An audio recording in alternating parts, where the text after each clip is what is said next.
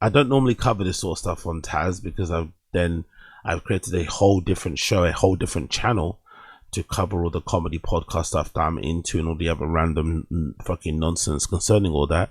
So make sure you check out my other channel called The Random Show. You can find a link in the description, find a link on my home tab on my YouTube channel. But I just had to comment on this here as well, just for the sake of commenting on it. So my good friend of the show, Brendan Schaub, has inked a really interesting, super surprising, very random deal with Fat Joe of all people. It went viral earlier on today. On my side of the internet, at least, people are fucking shocked and surprised by it. Mostly, I guess, because of the unlikeliness of the link up, and also to do with Brendan's history when it comes to lying in general, and when it comes to lying specifically about hair dye. So to see him being sponsored by a hair dye company or be a hair dye ambassador is fucking jokes. But once you read it and once I explain what I explain, it will all make sense to you. I promise you, it will all make sense to you. So this is a courtesy of Fat Joe. It's courtesy of TMZ, sorry. It says Fat Joe inks a hair dye deal with ex-UFC superstar Brendan Schaub. And by the way, I like how they say inks, right? Because of a hair dye, you know, I like that little play. Big up fucking TMZ. Out here trying to win a fucking Booker Prize. So as you scroll down on the article, you'll see a picture that they used for Brendan Schaub for the fucking promotion, for the fucking advertisement. So you can definitely see that they definitely used the pitch. This is definitely a recent picture. And I'm also wondering, right, if some of his grooming, because I was always complaining on the Random Show that Brendan Schaub's mustache was very lopsided. You could clearly see that he didn't know how to cut his mustache properly, trim his beard. Now, you know, I'm very pedantic and fussy and OCD about those type of things. And to see him not being able to cut either end of his, or trim either end of his mustache correctly, used to really rile me. So I'm interested to see here in this promotion picture that's used on the box, you can definitely tell that he's been groomed. Someone's trimmed his mustache that wasn't him. So I wonder if the change that I saw in Brendan Schaub's mustache and beard trimming size and evenness wasn't due to him finally figuring out how to trim his mustache and beard correctly, but was a consequence of him shooting this cover, these pictures for this hair dye, having the hair and makeup people trim it correctly, and then him just using that as a template. You know, that's what probably happened. I think so now, because for a long time his shit was lopsided and he never get it fixed. And I'm also convinced he cuts his own hair. So why did he suddenly then, you know, realize that he could have to cut his fucking beard properly? I think he got the tip from these guys when he went to go take these promo pictures. That's when he figured it out, and that's when finally he got his fucking thing sorted out. Anyway, that's not the main concern. The main concern is the actual article itself and also the sponsorship. Courtesy of TMZ, it says Fat Joe isn't fighting grey alone. Hip-hop legend has just signed former UFC superstar Brendan Schaub as an ambassador for his hair dye company. TMZ Sports has learned that Joey Crack's Rewind It 10 recently brought Schaub, a top 10 ranked UFC heavyweight turned podcast host, on board, and the rapper's stoked to get to work. All right, as you can see there, that's the official box and cover for Fat Joe's fucking hair dye. The funny thing about Fat Joe's hair dye is that he's largely known as a rapper that's bald. He's known as one of those bald guys. Not just sure if he's bald by choice, but you don't necessarily, I don't know about you guys, but I don't necessarily think of Fat Joe and think of hair dye. Maybe he puts hair down his beard. That kind of looks quite obvious that he does. And it's obviously manicured or trimmed up in a way that you would denote that he's of Hispanic descent, right? So it's a very Hispanic way of cutting his beard. But I would never associate hair dye with Fat Joe. So he's a strange person to even have a hair dye company, because he has no hair on his head. He has hair on his face, cool, but he's known for somebody that never had hair on his head. So I find that quite intriguing. And then if you think about it, the person he was associated with for a long time when he was coming up was Big Pun. RIP Big Pun. And Big Pun had a huge lock of hair. He had a real head of hair. He had hair for fucking days. Really big guy, and unfortunately passed away too early. But I find that interesting. The guy that he kind of, you know, a lot of people say he stole his swagger from, he stole his stories from, he stole his career from, is now kind of the person he's sort of benefiting from in a weird way, because he has no hair, but then now he has a hair dye company. Anyway, I digress. Brendan, this is what really got me. This is what really got me, right? The blurb. Brendan brings authenticity to everything he does, so it's only right to have him joining the team at Rewind 10. Authenticity is the last word I'd use to describe Brendan Schaub, a guy that's one of the greatest, in my opinion. Brendan is one of the greatest pathological liars in the history of pathological lying. So to describe him as authentic is fucking phenomenal. It continues. His influence as an athlete, podcaster, is going to help us reach newer heights and kill the stigma about men coloring their hair and beards. I also love that in all the blurb, it seems like Brendan's management, whoever, have made it sure to stress that he's not a stand-up comedian. He spent 10 years plus trying to be a stand-up comedian. He had a special on Showtime way too early. He had a horrible special on fucking what's that thing called, on YouTube, called Gringo Pappy, that was panned and regarded as one of the worst specials ever. And he's associated with Rogan, all that good shit. He spent time at the Comedy Store, but you don't hear mention once of him being a stand-up comedian. So it looks like he's trying to completely scrub that from his history. He doesn't even want to remember that he did stand-up comedy, because all they mentioned here is him being a fighter and him being a podcaster. I find that interesting too. Let's continue. Then there's another box you see here where it features Travis Kelce on the cover. Travis Kelce, the now he plays for the Chiefs and obviously Taylor Swift's boyfriend at the moment. He's also featured. But one thing I noticed is that although Travis Kelce is also an ambassador for Rewind at 10, it feels like to me maybe he doesn't endorse it anymore, because this haircut and this beard is very old. This is like the Travis Kelce that used to date black girls, you know. That's the beard and trim and even the earring he's got. Now that he's dating like he's Travis, for better or worse, I guess we all kind of do it. Now that he's dating Taylor, you see Travis Kelce looks a lot more, I'd say, Caucasian, right? He's not as racially ambiguous as he once was when he used to date white girls, because he had a different sort of haircut. And I think white guys do that anyway when they date black girls for some reason. They usually get a taper fade. They start wearing fucking earrings and shit. Maybe start wearing grills, whatever it may be. So it's interesting to see that on the box of this they got Travis Kelce on there, but is he really an ambassador, or are they just using old images and running down his contract because he doesn't want to take any more pictures or something? I don't know. Either way, Travis Kelce is also assigned to this company that Fat Joe has. It says Schaub joins an already star-studded team with Travis Kelce, DJ Khaled, and Tyson Beckford, among others. Again, I associate DJ Khaled with literally washing in fucking hair dye. His hair's so black. But I wouldn't necessarily think about Tyson Beckford and think about hair dye, So it feels like that's just like a bag, another bag to kind of keep the lights on. But I wouldn't necessarily think of Tyson Beckford and think of hair dye, because he doesn't really have his hair that long anyway, It's like, anyway, whatever. Joe co-founded a company which already has $50 million in sales in late 2023, motivated to knock out the stigma in associated hair dye. So this is a legit company. $50 million in sales. $50 million in sales. And with 7K as a professional MMA fighter, he's right guy to accomplish all of it, right? So this is fucking interesting, right? As I said before, because Brendan is known as one of the greatest pathological liars of all time. So I decided to just gather some clips that will illustrate to you Brendan Schaub's ability, a pathological liar. Everything's just it's just weird. Like, do you dye your mustache? No. That's crazy how it comes in dark that is compared to like you having some gray. I don't really have gray hair, but as it keeps not going, a lot. But if I trim it, so it starts off and then it gets gray. Yeah. So if it gets longer, it gets like it gets gray. It actually doesn't make any sense. No. Honestly, one of the best clips ever. It actually grows in. It grows in dark black, then it gets what? And you could tell his face is scrambling, he's worried and whatever. And Crystal could hear in the background saying, yeah. He just believes it, he just wants to move on with the subject. And Griffin stands sitting there thinking, hold on, that doesn't make sense. How does your hair grow in jet black and then get grey over time? That's not true. So that obviously was a lie. That obviously was a lie. Then there's another clip also here where he finally comes clean about him using hair dye. This is a compilation smashed up of two clips, one featuring the clip I played earlier, where he comes clean again over time, but just interesting regardless. Everything's just it's just weird. Like, do you dye your mustache? No. That's crazy how it comes in dark that is compared to like then you having some gray. I don't really have gray hair, but as it keeps not going, a lot. But if I trim it, so it starts off and then it gets gray. Yeah. So if it gets longer, it gets like it gets gray. It actually doesn't make any sense. No. Over 1 month later. 28. Okay. 39's tough, bro. I'm 40 right now. You 40? 40. You young as fuck. And you got all that gray out on your face? Well, I used Just for Men the other day. You didn't use enough. I know. Well, I looked ridiculous. I looked like Tom Selleck for about 2 minutes. You married, so you don't care no more. That's what happened when you get married. Yeah.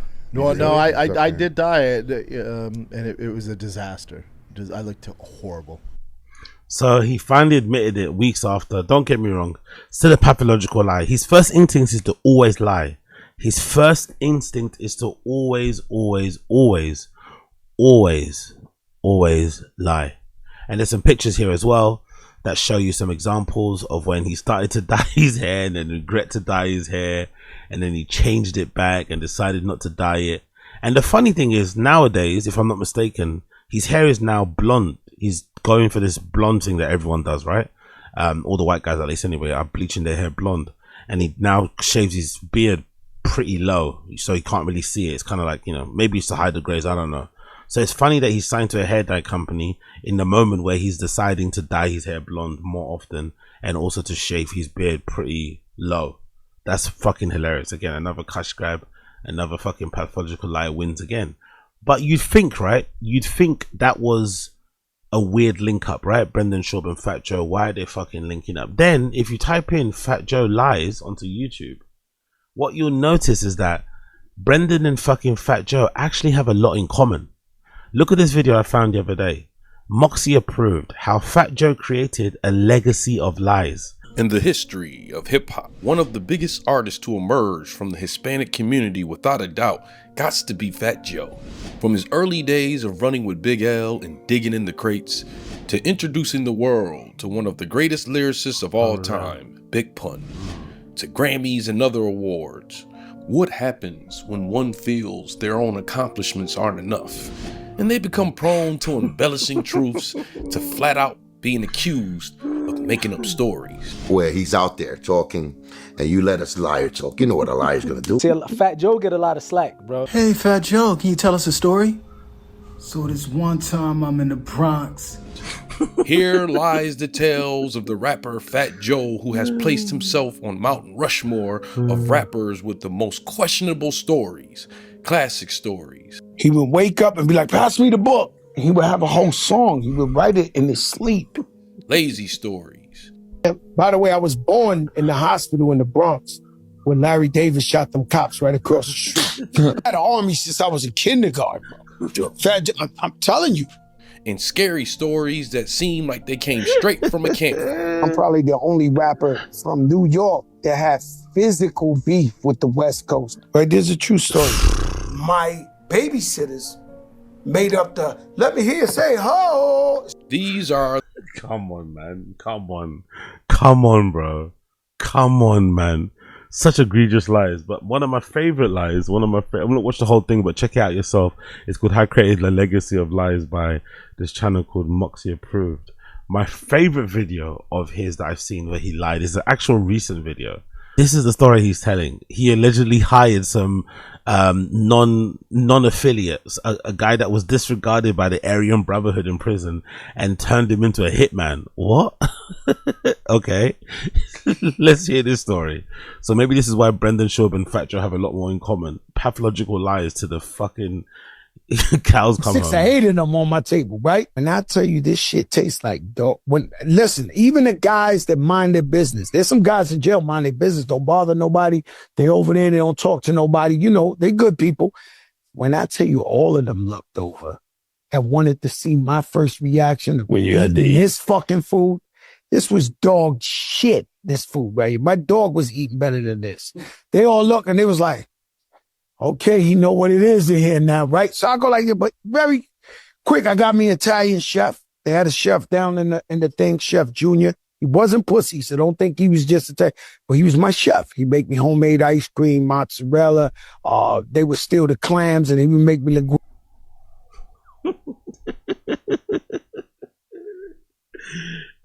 Someone needs to corroborate this story, man. He thinks it's a scene out of Goodfellas or something. He had his own personal chef in prison. He used to make him ice cream.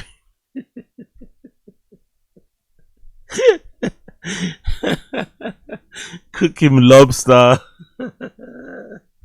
Get foie gras smuggled in. Calamari. Winnie and clam sauce, all type of shit. We was dumbing out, right? Then I got the guy, pick up a guy I told you about, Hong Kong's Mongolian. So in jail, how you think the nigga Hong Kong's Mongolian? Because he was the guy nobody wanted. And so in jail, if you white, you with the white guys. You black, you with the black guy. You with the Spanish. He was a white guy that the white guys ain't want. But I saw him. Yeah, but and he was, man, he had that brute strength. So like he played basketball and nobody wanted to D him because he'll hit you with an elbow or shit, but he was strong. So I said, my man, come with us, man. You eat with us, you with us. And I gave him a name, Hong Kong's Mongolian. And one day he comes up to me because the guys. Yo. I love Jadakiss as well. I love Kiss because he believes everything. You know? He believes fucking everything. Oh, fucking, sorry. What's his fucking name? Yeah. He believes everything. He believes everything. I don't know why. Partially slow. I mean, but he's just, no, he's not slow. He's just slow. He's a little bit off. He ain't go past second grade. But this guy was, he was. Damn, second grade. Nah, but you give him at least sixth grade. No, this guy take out 10. Give him 6. Give him 6. This guy would take out 10, 20 guys. Like it was all out war. He's gonna take out 10, 20. He's Hong Kong's Mongolian. Yo, look at. He used to stand there like this. The white guys was looking like, oh shit, it gotta be something to this. Fat Joe snatched up this guy, and I'm calling him in the whole job. Yo, listen, ain't no different than this show. Hong Kong's Mongolian. He's walking through. What's up, boss? What's up? They looking like we made a mistake. We didn't recruit this nigga. He's the Hong Kong. He was like Shador. They let him go. They let him go. He went past all the drafts, and I seen the sparkle in him. I said, yo, this is Hong Kong's Mongolian.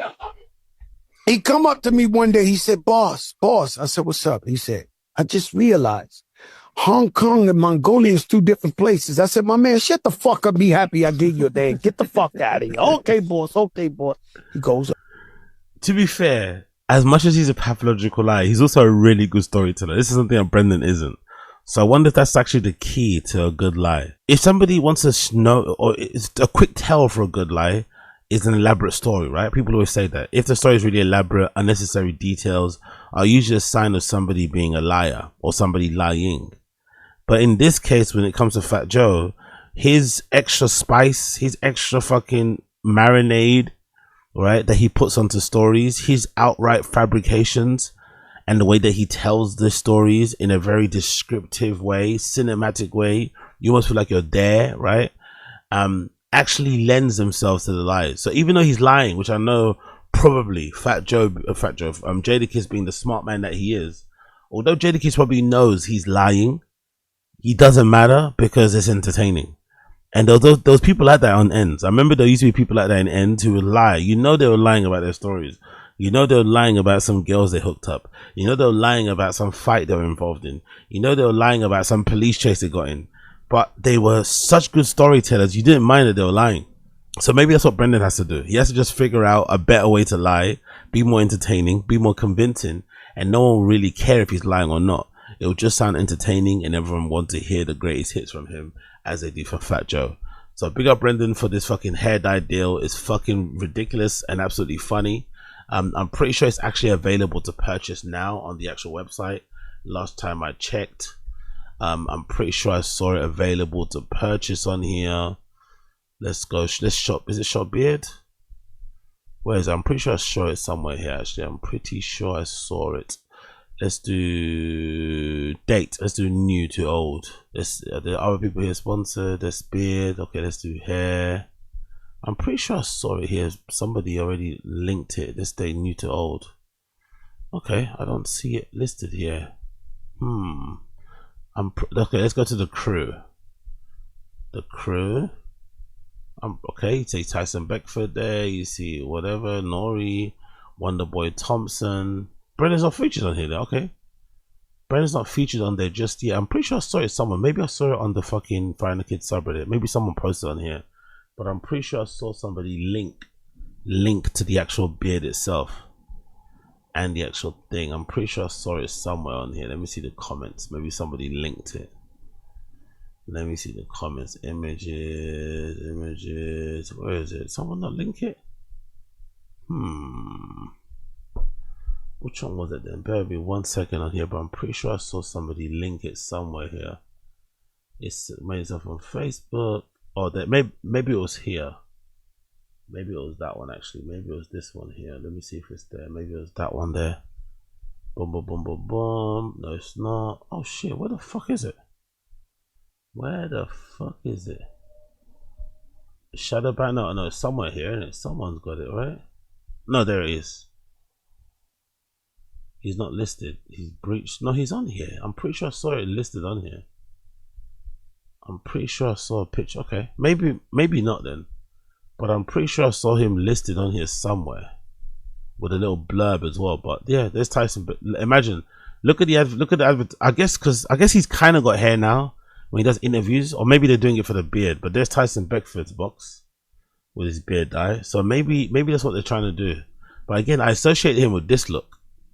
You know, being bald for most of the time, or most of his life, most of his modeling career at least. So that's an interesting addition to the team.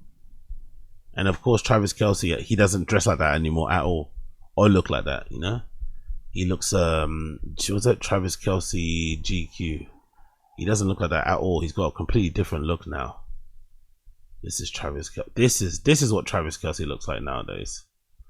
You see, this is a completely different Travis Kelce. So I wonder if maybe he just didn't approve them using his imagery again. But he's gone very white, he's gone very country, you know, which is okay because that's what he is. But his hairstyle and his grooming is very different to the guy they have listed on that website, you know. It's definitely not the same guy. Definitely not the same guy anymore.